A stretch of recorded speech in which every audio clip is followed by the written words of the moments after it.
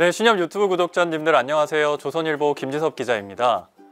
오늘 제가 준비한 주제는 인플레이션인데요. 요즘 주변에서 정말 많이 들어본 말이실 것 같아요. 뉴스를 켜도 신문을 봐도 인플레이션이란 말이 안 나오는 데가 없을 만큼 여기저기서 인플레이션 얘기를 하고 있거든요. 인플레이션이란 말이 우리에게 굉장히 익숙한 말이긴 하지만 생각보다 많은 분들이 구체적인 내용에 대해선 잘 모르고 계시는 것 같아요. 그래서 이번 기회에 우리 인플레이션을 제대로 한번 짚고 넘어가 보도록 할게요. 먼저 인플레이션이 물가가 오르는 것, 그리고 가격이 오르는 것을 뜻하는 말이라는 건 다 알고 계실 거예요. 그리고 인플레이션하고 짝꿍처럼 붙어 다니는 말도 있는데요. 바로 디플레이션이죠. 디플레이션은 인플레이션과 반대로 물가가 떨어진다, 가격이 떨어진다 라는 뜻입니다. 요즘 뉴스를 보면 미국과 유럽에서 수십 년 만에 가장 높은 수준의 인플레이션이 일어나 경제가 많이 어렵고 살림살이도 팍팍해지고 있다는 소식이 끊임없이 나오고 있습니다. 우리나라 역시 1997년 외환위기 이후에 가장 높은 수준의 인플레이션이 일어나고 있는 상황인데요. 그렇다면 인플레이션은 왜 일어나는 걸까요? 인플레이션이 일어나는 원인은 크게 두 가지로 생각할 수 있습니다. 가장 기본적인 것은 수요 공급의 원리에서 찾을 수 있습니다. 수요, 즉 어떤 물건이나 서비스를 구매하려는 사람이요, 아주 많은데 해당 물건이나 서비스 공급이 이렇게 좀 부족한 상황이라면요, 가격은 당연히 오를 수밖에 없습니다.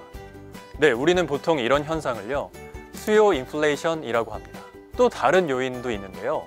수요와는 상관없이 물건이나 서비스를 제공하는 데 들어가는 비용이 늘어나면요, 당연히 어느 정도 시차를 두고 가격은 오를 수밖에 없습니다. 밀가루 가격이 오르면 빵값이 당연히 오르겠죠. 그리고 닭고기 가격이 오르면 치킨값은 오를 수밖에 없겠죠. 이러한 인플레이션을 비용 인플레이션이라고 부릅니다. 올해 전 세계에서 일어나는 인플레이션에 대해서 말씀드려 볼게요. 사실은 이번 인플레이션은 비용 인플레이션에서 촉발된 측면이 큽니다. 네, 올해 2월 시작된 우크라이나 전쟁 때문인데요. 우크라이나 전쟁을 일으킨 러시아는 세계 최대의 에너지 수출국이고 우크라이나는 주요 농산물을 세계에서 가장 많이 수출하는 나라 중 하나거든요. 그런데 이 전쟁 탓에 수출길이 막히고 생산에 차질이 빚어지다 보니까 원자재 가격이 올해 상반기에 급등했습니다. 석유 가격은 최근 조금 떨어지긴 했는데요. 여전히 작년보다는 10% 정도는 높은 가격이고요. 천연가스 가격은 작년보다 막 두세 배씩 올랐다가 요새는 조금 안정화되긴 했습니다만 여전히 높은 가격에서 거래가 되고 있습니다. 농산물 가격도 말씀드리면요, 전쟁이 일어나면서 그 UN 식량 농업기구에서 식량 가격 지수라는 걸 발표하는데요. 그 지수 기준으로 해서 가격이 두 달 만에 20%나 급등하기도 했습니다. 특히 에너지 자원의 경우는 러시아가 에너지 자원을 무기화하는 바람에 더 많이 오른 측면이 있습니다. 러시아가 전쟁을 일으켰으니까 이에 대해서 이제 죄를 물어야 되잖아요. 그래서 미국이나 유럽 등 서방 진영이 러시아의 온갖 경제 또는 금융 제재를 취했거든요. 러시아가 제대로 수출 수입을 못하게 이 외국 은행들과 기축통화인 미국 달러화를 거래할 수 없게 아예 막아버린 거예요. 네, 그리고 외국의 푸틴 대통령 등 러시아 주요 인사들 명의로 돼 있는 온갖 자산들을 다 동결해버렸죠. 그러니까 러시아가 이에 대한 보복으로 유럽으로 가는 석유랑 가스, 이런 파이프간 밸브를 잠궜다가 열었다 하면서 에너지 가격을 뛰게 만들고 있습니다.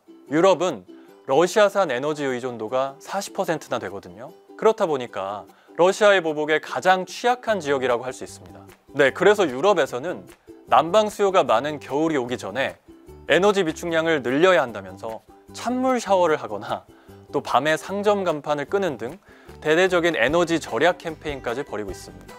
코로나에 억눌렸던 여행 및 소비 수요 확대, 이런 것들로 인해서 수요 인플레이션 측면도 크게 부각되고 있습니다. 인플레이션 국면이 그야말로 설상가상인 상황인데요. 인플레이션을 잡기 위해서 통화정책을 결정하는 각국의 중앙은행들은 기준금리를 아주 높게 끌어올리고 있습니다. 금리를 올린다는 건 돈을 구하기 어려워진다는 뜻이기 때문에 소비는 위축될 수밖에 없거든요. 네, 기업 입장에서도요, 돈을 빌리는데 부담이 너무 커지니까요, 투자 계획을 다 철회하고 있는 상황이거든요. 그래서 심한 경우에는 물가는 오르는데 경기는 침체에 빠지는 현상, 즉 스태그플레이션이 일어날 수 있는데요.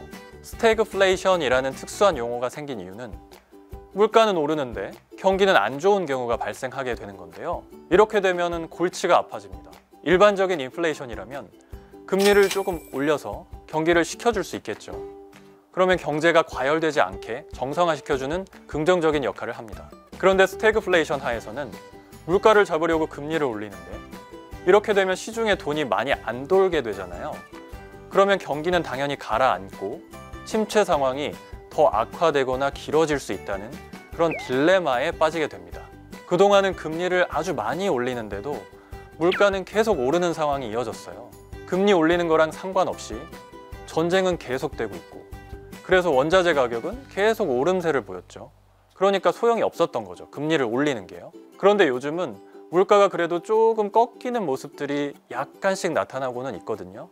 근데 여전히 고물가다 보니까 고물가 수준이 유지되면서 금리 인상으로 경기가 확 꺾이는 그런 안 좋은 상황이 나타날 수 있어서 각국 경제 수장들이 시장 상황을 주의 깊게 지켜보고 있습니다. 네, 오늘은 인플레이션에 대해서 알아봤는데요.